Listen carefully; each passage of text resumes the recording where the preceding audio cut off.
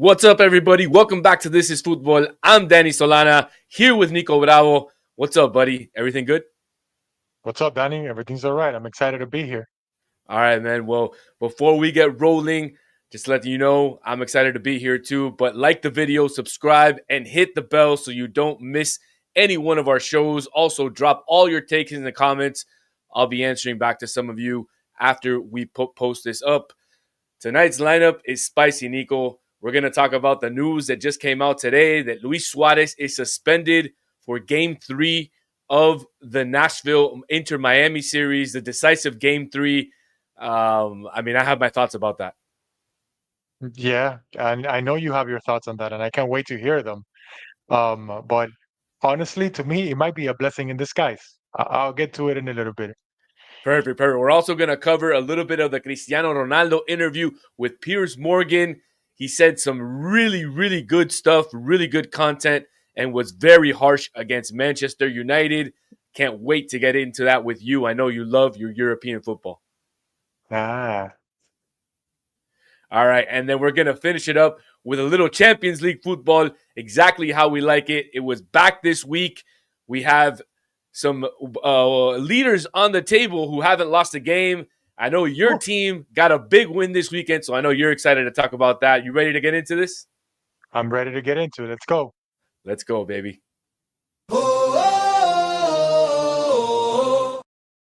All right, like we said, we're going to open up with the headline of the day. Luis Suarez has been suspended for game 3, the decisive game in the first round matchup between Inter Miami and Nashville.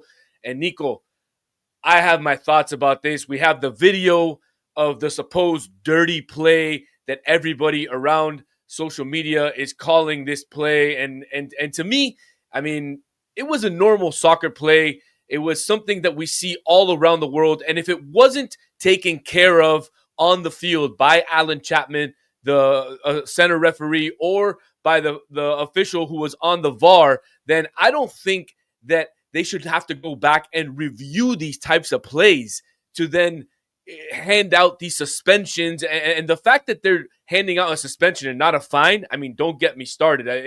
I am so furious. And don't get me wrong, this has nothing to do with Suarez. It has everything to do with the fact that it would have been any player that does this, and I would still feel the same way. So I just want to clear that up because I know everybody says I'm a Suarez lover and a big supporter. And yes, I love Suarez, and I'm very disappointed in him. But I don't know, Nico. I think the MLS really, really, really dropped the ball on this one.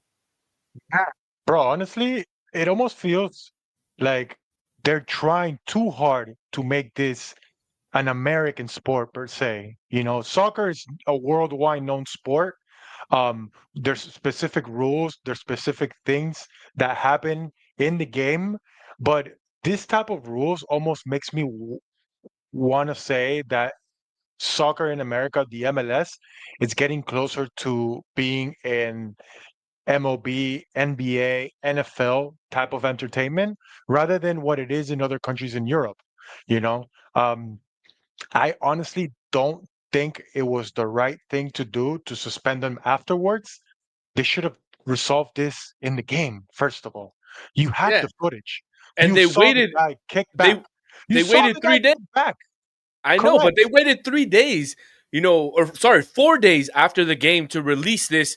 3 days before the game. And look, we can play the footage here shortly, but he did do what everybody says he do. He obviously kicked Najar. It wasn't in the balls. It was in the Right. thigh. But Now the question Even then, Najar had a laugh with him after. yeah, but the question is, here's the question: was it intentional or was it not intentional? And the problem is that Suarez already has a track record, so the intention is there. You know, there's no intention to play the ball. He's always been that type of player, and everything he does is always going to be under a magnifying glass from here since the first incident. So that's the issue with Suarez now. Did they get it right? I don't think they did. Could have been resolved otherwise. I think so. But, Inter Miami now has to go into this game without their 20 goal scoring striker. Yeah.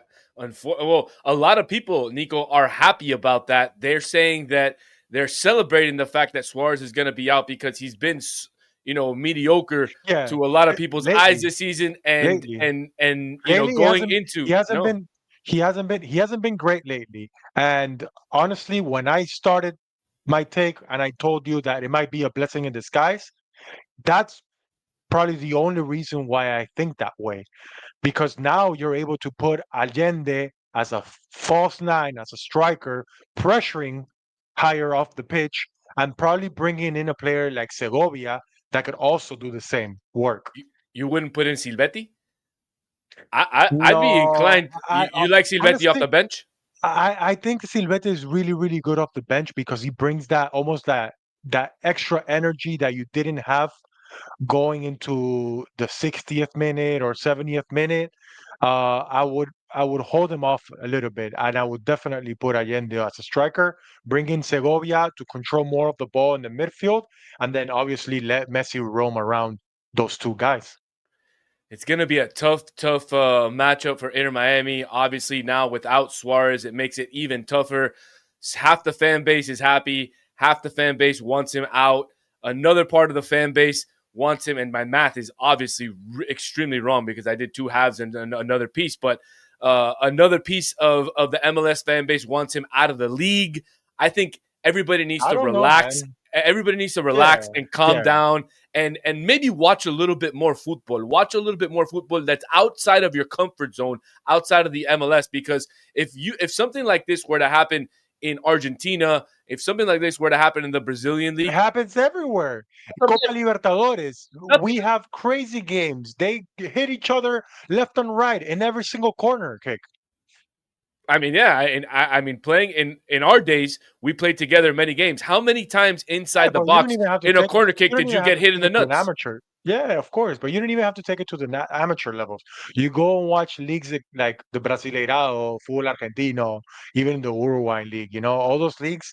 That's the way we play. That's in their blood. You know, so you can't take that away from them. All right, the question for the chat, Nico, and I want everybody to comment on this because I know we're going to get a lot of comments. But was this truly a violent conduct from Luis Suarez, and did it merit a one-game suspension, likely costing Inter Miami their playoff hopes and possibly costing Javier Mascherano his job as well? I want Could be. everybody to write that in the chat. All right. Nico, let's get up to the next segment. Cristiano Ronaldo with Piers Morgan. Why now? What he really wanted to say, and what was truth versus what was theater for Cristiano Ronaldo. All right, let's get into that second topic. Cristiano Ronaldo had an interview with Piers Morgan. What he said, why he said it, and what it meant for his legacy, Nico. Look, I just want to recap what he said. Cristiano said he felt, quote unquote, betrayed at Manchester United. He had no respect for Eric Ten Hag because he felt disrespected. He also claims that the Glazers run the club like a marketing asset and that nothing changed since Sir Alex in the facilities and the structure. And he also questioned Ragnick's appointment. He quote unquote said he's not even a coach. And he said that the club doubted him during a serious family medical situation. A lot of harsh comments from a national or international superstar, Cristiano Ronaldo. What did you feel, was the biggest part of that interview? Um, to me, the biggest part of the interview was the fact that he said that he's doesn't dream of winning a World Cup. That winning a World Cup doesn't change his legacy. I Why think he's would full of it. why would 6 or 7 games change the way people view him as a player? And you might think he's full of it, but I honestly think that he's starting to believe that that's not his dream anymore. And I get why. The reason why it's because he's 40 years old, man. He's going to go into a World Cup being 41, 42.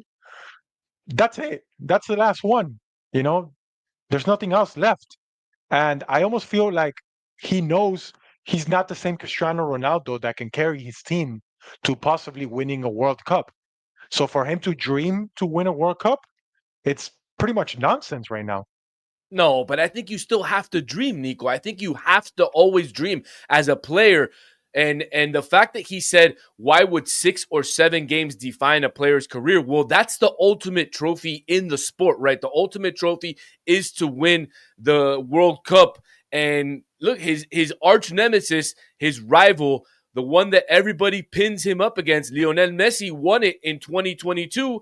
And like you Yeah, said, he's down to his last one. So he has to. I think he's full of it. I think he has to dream but of well, winning that. And he really wants to win it.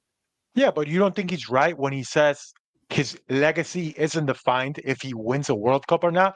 You don't put Cristiano Ronaldo as top 10 players of all time just because he didn't win a World Cup? Absolutely, but I would put him top two if he did win a World Cup. Okay, that's fair enough. But there's a lot of other players that never won a World Cup and they still are remembered as one of the greats, like Johan Cruyff, for example, Alfredo Di Stefano, all those guys that came and, made football to what it is today, never won that trophy. And we can't say that they weren't relevant to the game. You're right. You're right. Clint Dempsey for all you U.S. men's national team and MLS fans, right? Oh boy. Oh boy. Hey, we have to. No, We but have to but, go there. but seriously. No, but seriously, I think I can see why he said that. At the same time, I can see why people would think that he's full of shit with it. But it's Cristiano. What do you expect? He's always gonna downsize whatever doesn't go his way, and he's always gonna um, raise, his awards. What he achieved as a player. Well, and he has to, right? He has to do that because he's always going to put up what he's doing and support what he's doing. The fact that he said that the Saudi league was going to be a top 5 league in the next 2 or 3 years. We're I mean waiting. We're that's what waiting. I'm saying. We're We're still still waiting. I'm waiting. looking at my calendar and we're still waiting. But getting back to some of the quotes that he said and how he said, I don't have respect for him, meaning him, Ten Hag, because he doesn't show respect for me. I mean, how if you were a coach and you're hearing this about you coming from an ex-player, especially somebody from his stature, I mean, how would you feel? And because I'll tell you, I would be pissed. I would be pissed because I highly doubt that he wasn't shown this respect that he's claiming. I think he's coming out and to cry for the cameras to get some type of people to feel bad for him, some type of a sorrow for him, and I think Yeah, he's full of it in the entire interview. yeah, and it's Cristiano. At the end of the day, you know how he is. You know what you get from him. I think that people understand that, and his haters might not agree with him, and his supporters love the way he is. Honestly, I'm indifferent. Uh, I really don't have much to say when it comes to those things about Cristiano. I did listen to the whole interview, and when you start with the first two questions about uh, you know, um talking about Messi, it kind of throws you off, like we want to know more about you rather than your arch nemesis. Absolutely, absolutely. But getting back to it, do you think that him speaking the truth, right, and what he said, do you think that would bring into question his legacy in the Premier League and everything that he did for his Manchester United during his No, first tenure at look, Manchester United? no, because look, there's a lot of players that have come and gone through the ranks in Man United, and they didn't leave the best way possible. Cristiano Ronaldo is always going to be remembered, as a great, one of United's greats. David Beckham, when he left to Real Madrid, he didn't leave him on the best terms. Eddie Cantona, he had his moments there where he wasn't great. Even Van Persie, I know that Van Persie's not a legend in United, but he ended up not leaving the best ways possible. So it's like every club, every club has those. Uh, but I think Ronaldo will be remembered and his legacy would not be tarnished. All right, let's ask the chat. Where are you guys? Team Cristiano or Team Messi? Drop it in the comments and we'll answer back when we get them in there. All right, Nico, that's segment 2. Next up, we're going to talk Champions League. Who's legit? Who's selling smoke? Don't go anywhere. We'll be back with that next. All right, UCL time. Nico, we're 4 match days in UCL. We have some teams that are undefeated. We have some teams who haven't yet won a game. And any surprises for you so far? I'm going to throw up the table really quickly so those folks that are watching here with us can check out the table with us. And you can see Bayern Munich is perfect with 4 games, 12 points. Arsenal joins them. Inter Milan also joins them. And Man City, 4 games, 10 points. Your beloved Liverpool, 4 games, 9 points with a big win this week over Real Madrid. Any surprises in the top 8 there for you? I don't want to say top 8. I'm really surprised about Galatasaray. I think that them having 3 wins is something that nobody was expecting. They got a massive win against Liverpool. And they've been surprising me lately. They've been surprising me the way they not only the way they play, but also they have a striker in form with Victor Osimhen. That guy is just a goal scoring machine, man. He is. He is. And speaking of Galatasaray, now that these rumors popped up today, what do you think about these rumors saying that Messi's going to go on a 4-month loan Oh, come during on, the man. Come I on, man. Come had to on. ask you, Come man. on. I had to ask Come you. on. You're the resident Fabricio Romano of This Is Football, so I had Messi's to not ask gonna you go what. anywhere, dude. All Messi's gonna right. take this break.